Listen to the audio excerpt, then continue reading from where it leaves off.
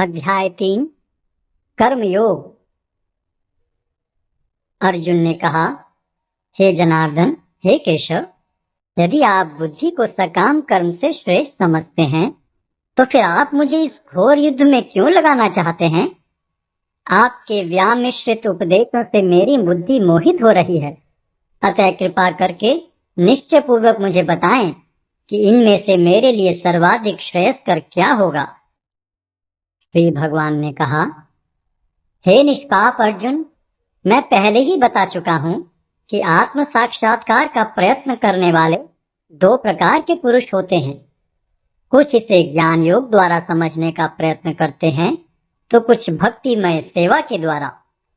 न तो कर्म से विमुख होकर कोई कर्मफल से छुटकारा पा सकता है और न केवल संन्यास से सिद्धि प्राप्त की जा सकती है।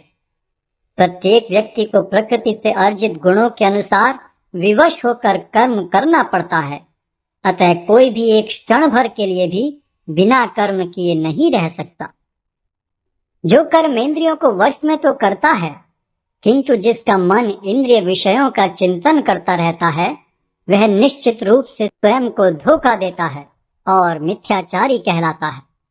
दूसरी ओर, यदि कोई निष्ठावान व्यक्ति अपने मन के द्वारा कर्मेंद्रियों को वश में करने का प्रयत्न करता है और बिना किसी आसक्ति के कर्मयोग प्रारंभ करता है, तो वह अति उत्कृष्ट है। अपना नियत कर्म करो, क्योंकि कर्म न करने की अपेक्षा कर्म करना श्रेष्ठ है। कर्म के बिना तो शरीर निर्वाह भी नहीं हो सकता। श्री विष्णु के लिए यज्ञ रूप में कर्म करना चाहिए, अन्यथा कर्म के द्वारा इस भौतिक जगत में बंधन उत्पन्न होता है। अतः हे कुंती पुत्र, उनकी प्रसन्नता के लिए अपने नियत कर्म करो, इस तरह तुम बंधन से सदा मुक्त रहोगे। सृष्टि के प्रारंभ में समस्त प्राणियों के स्वामी ने विष्णु के लिए यज्ञ सहित मनुष्यों तथा देवताओं की संततियों को रचा और उनसे कहा, तुम इस यज्ञ से सुखी रहो, क्योंकि इसके करने से तुम्हें सुखपूर्वक रहने तथा मुक्ति प्राप्त करने के लिए समस्त वांछित वस्तुएं प्राप्त हो सकेंगी। यज्ञों के द्वारा प्रसन्न होकर देवता तुम्हें भी प्रसन्न करेंगे और इस तरह मनुष्यों तथा देवताओं के मध्य सहयोग से सबों को संपन्नता प्राप्त होगी। जीवन की विभिन्न आवश्यकताओं की पूर्ति करने वाले विभिन्न देवता यज्ञ संपन्न होने पर प्रसन्न होकर तुम्हारी सारी आवश्यकताओं की पूर्ति करेंगे, किंतु जो इन उपहारों को देवताओं को अर्पित किए बिना भोगता है, वह निश्चित रूप से चोर है। भगवान के भक्त सभी प्रकार के पापों से मुक्त हो जाते हैं, क्योंकि वे यज्ञ में अर्पित किए भोजन प्रसाद को ही खाते हैं। अन्य लोग जो अपने इंद्रिय सुख के लिए भोजन बनाते हैं, वे निश्चित रूप से पाप खाते हैं।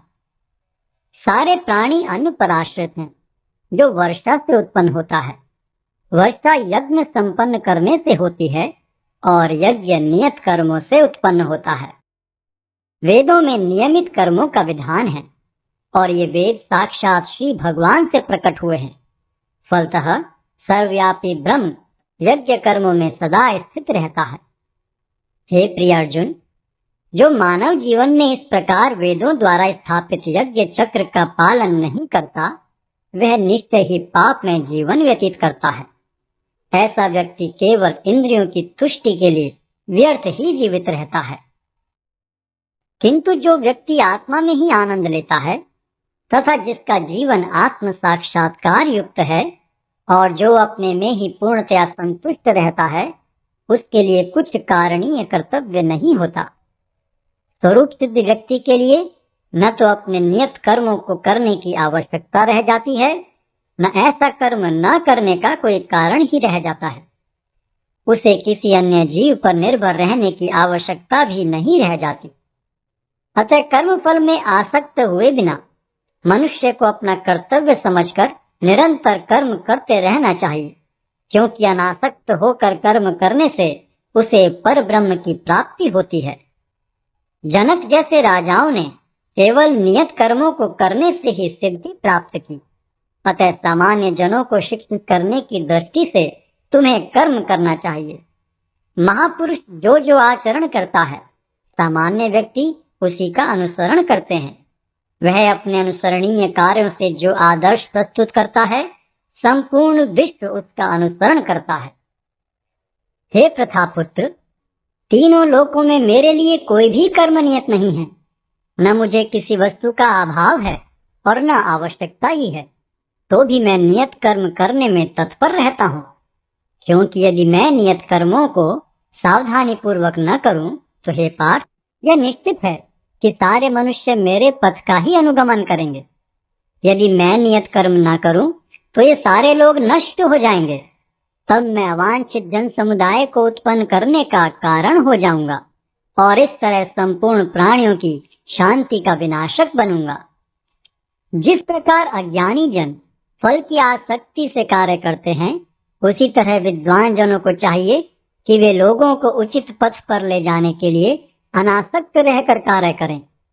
विद्वान व्यक्ति को चाहिए कि वह सकाम कर्मों में आसक्त अज्ञानी पुरुषों को कर्म करने से रोके नहीं, ताकि उनके मन विचलित न हो, अपितु भक्ति भाव से कर्म करते हुए वह उन्हें सभी प्रकार के कार्यों में लगाएं, जिससे कृष्ण भावनामृत का क्रमिक विकास हो।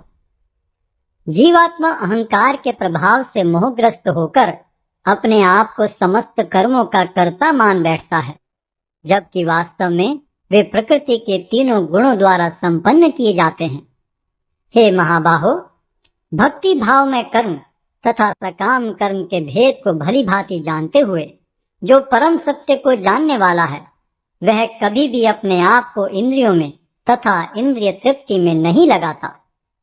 माया के गुणों से मोहग्रस्त होने पर अज्ञानी पुरुष पूर्णतया भौतिक कार्यों में संलग्न रहकर उनमें आसक्त हो जाते हैं। यद्यपि उनके ये कार्य उनमें ज्ञानाभाव के कारण अधम होते हैं, किंतु ज्ञानी को चाहिए कि उन्हें विचलित न करे। अतः हे अर्जुन, अपने सारे कार्यों को मुझ में समर्पित करके मेरे पूर्ण ज्ञान से युक्त होकर लाभ की आकांक्षा से रहित, स्वामित्व के किसी दावे के बिना तथा आलस्य से रहित होकर युद्ध करो। जो व्यक्ति मेरे आदेशों के अनुसार अपना कर्तव्य करते रहते हैं और ईर्ष्या रहित होकर इस उपदेश का श्रद्धा पूर्वक पालन करते हैं, वे सकाम कर्मों के बंधन से मुक्त हो जाते हैं। किंतु जो ईर्ष्यावश इन उपदेशों की उपेक्षा करते हैं और इनका पालन नहीं करते, उन्हें समस्त ज्ञान से रहित, दिग्भ्रमित तथा सिद्धि के प्रयासों में नष्ट भ्रष्ट समझना चाहिए। ज्ञानी पुरुष भी अपनी प्रकृति के अनुसार कार्य करता है, क्योंकि सभी प्राणी तीनों गुणों से प्राप्त अपनी प्रकृति का ही अनुसरण करते हैं। भला दमन से क्या हो सकता है? प्रत्येक इंद्रिय तथा उसके विषय से संबंधित राग द्वेष को व्यवस्थित करने के नियम होते हैं। मनुष्य को ऐसे राग तथा द्वेष के वशीभूत नहीं होना चाहिए, क्योंकि ये आत्म साक्षात्कार के मार्ग में अवरोधक हैं। अपने नियत कर्मों को दोषपूर्ण ढंग से संपन्न करना भी अन्य के कर्मों को भली भांति करने से श्रेयस्कर है।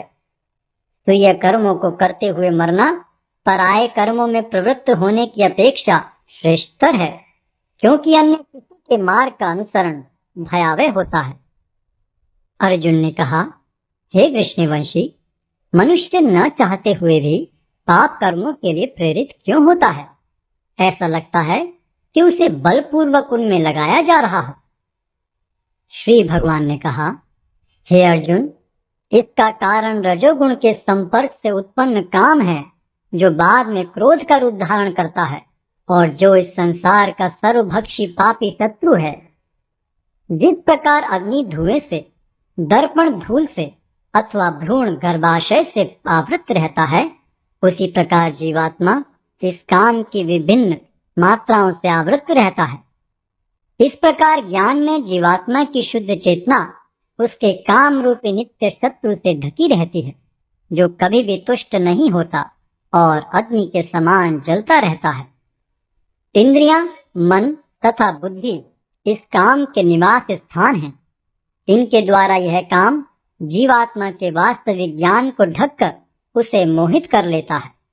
इसलिए हे भरतवंशियों में श्रेष्ठ अर्जुन, प्रारंभ में ही इंद्रियों को वश में करके इस पाप के महान प्रतीक काम का दमन करो और ज्ञान तथा आत्म साक्षात्कार के इस विनाशकर्ता का वध करो। कर्मेंद्रियां जड़ पदार्थों की अपेक्षा श्रेष्ठ हैं। मन इंद्रियों से बढ़कर है, बुद्धि मन से भी उच्च है और वह आत्मा बुद्धि से भी बढ़कर है। इस प्रकार हे महाबाहु अर्जुन, अपने आप को भौतिक इंद्रियों, मन तथा बुद्धि से परे जानकर और मन को सावधान आध्यात्मिक बुद्धि से स्थिर करके आध्यात्मिक शक्ति द्वारा इस काम रूपी दुर्जय शत्रु को जीतो।